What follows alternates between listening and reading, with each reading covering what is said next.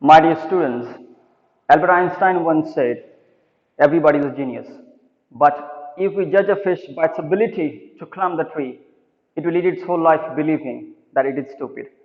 My dear students, today we are going to talk about this term genius that has been taken from the chapter A Truly Beautiful Mind that is written on the basis of the life of Albert Einstein, the famous scientist.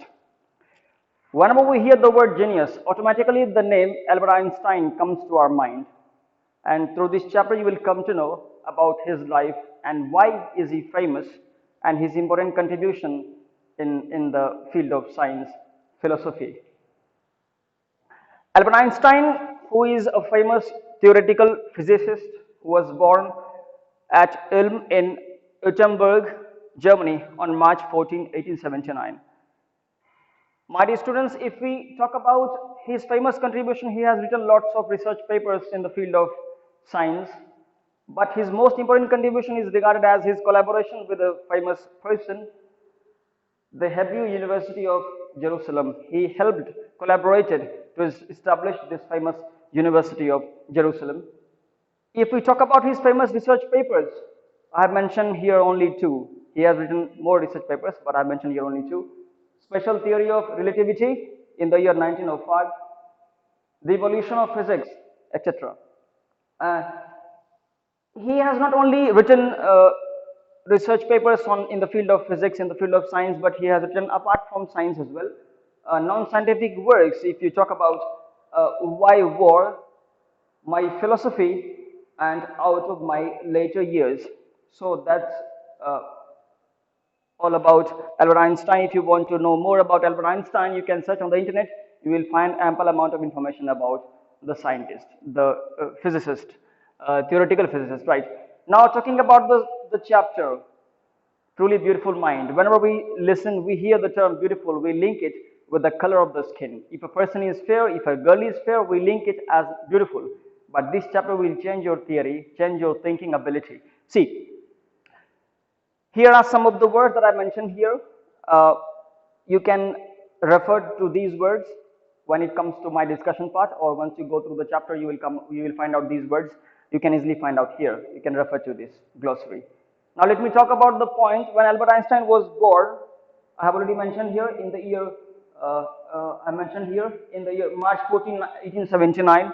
When he was born, he was not there was no any sign of his intelligence. As in Indian mythology, we hear about Lord Krishna or many god and goddesses. We hear they were born uh, with some important characteristic features, right? But Einstein was not born with those kind of features that we come across with mythological characters. He was a very simple child, though a bit fragile, as his mother speaks about him, a bit fragile, right, weak. And at the age, when he attained the age of 2 years, still he was not able to speak a single word. And when he uttered a single word, he used to repeat that. And because of that, when he entered into school, he was regarded as brother boring. But later on, when he went to high school, he got an interest in maths as well as in physics, and he scored very good marks. Let me take the help of this textbook so that I can tell you easily.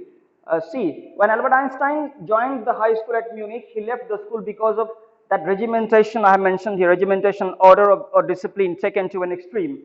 He left the school at Munich, the high school, because he was very upset because of that regimentation, and he altered many a times. He had an altercation with the other teachers, and he left the school at Munich. Then he went to Switzerland, and there he loved the school at Switzerland because that was a bit liberal. Liberal again mentioned willing to understand and respect others' opinions. If you are not willing to respect others' opinions, you will not be regarded as a nice person. And Albert Einstein was that kind of person who always loved the person who is liberal in thought, right? And then later he went to other universities. His one very beautiful word is used by the writer here about his walrus mustache. Walrus means a large mustache. If you see the picture of Albert Einstein here, in the first picture also you can easily find out his walrus mustache, and the second picture also you can easily find out. Now talking about the other his personal life. Uh, he fell in love with Mileva Merrick, who was also a very brilliant scientist, and they exchanged love letters between them, right? Then in the year 1900, at the age of 21, Albert Einstein was university graduate and unemployed. And later, one more important link is given here. His desk job was remembered, was many a times referred to as Bureau of Theoretical Physics, because at that point of time when he took as an assistant, when he started his career as an assistant, uh, he started clandestinely working on his own uh, theory, right? That's why, and he used to keep all those theses, all those important observations on the table, and that's why it was referred, his table was referred as Bureau of Theoretical Physics, right? E is equal to mc squared, that is theory of relativity. If you want to know more about this, it is better to contact Anup sir to understand this theory of relativity. I'm not the right person to explain, but yes, one example is given here. When you sit with a nice girl for 2 hours, it seems like 2 minutes.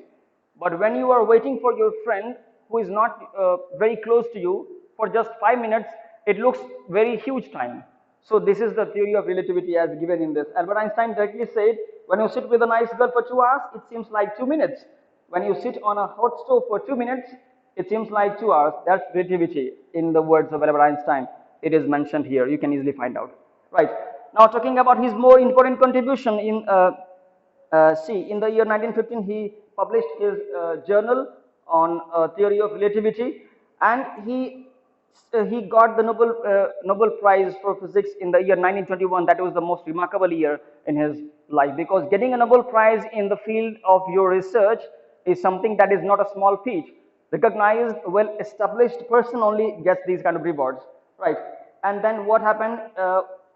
See on page number 49, you can easily find out in the year when Nazi came to power in Germany in 1933, Einstein immigrated to United States because he was thinking that my research might be misutilized by these people.